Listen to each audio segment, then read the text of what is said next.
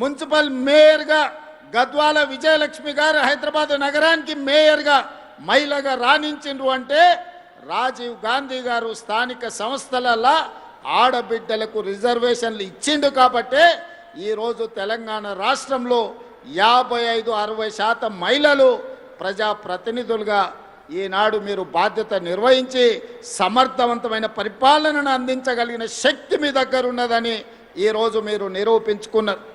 ఇదే కాదు, చట్టసభలలో ఎమ్మెల్యేలుగా ఎంపీలుగా కేంద్ర మంత్రులుగా మీరు రాణించాలని 2013లోనే శ్రీమతి సోనియా గాంధీ గారు చట్టసభలలో మహిళలకు రిజర్వేషన్లు ఉండాలి, 33% ఇవ్వాలి అని 2013లోనే రాజ్యసభలో బిల్లును ఆమోదింపజేసిన నాయకురాలు శ్రీమతి సోనియా గాంధీ గారు రాబోయే రోజుల్లో వచ్చే ఎన్నికల్లో 33% మహిళలు శాసనసభలో, పార్లమెంటులో, రాష్ట్రంలో, కేంద్రంలో ఎమ్మెల్యేలుగా, ఎంపీలుగా, రాష్ట్ర మంత్రులుగా, కేంద్ర మంత్రులుగా రాణించబోతున్నారు.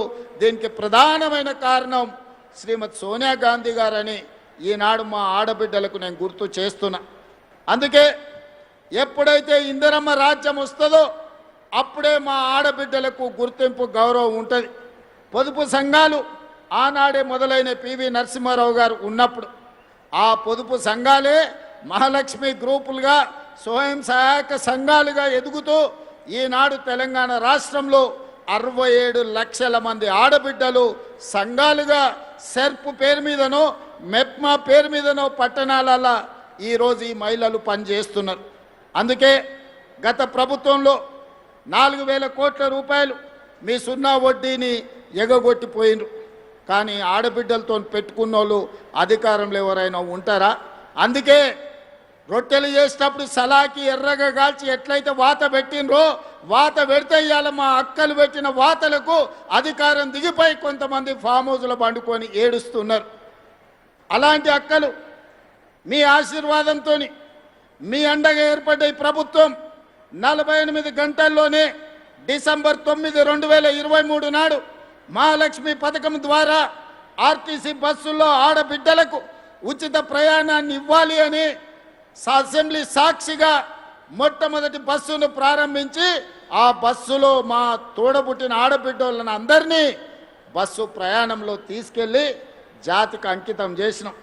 ఆనాటి నుంచి ఈనాటి వరకు 10,500 కోట్ల రూపాయలు మా ఆడబిడ్డల కోసం ఆర్టీసీ కార్పొరేషన్కి ఈరోజు రాష్ట్ర ప్రభుత్వం చెల్లించింది. ఇక్కడున్న మా అక్కల్ని ఆలోచన చేయమంటున్నా.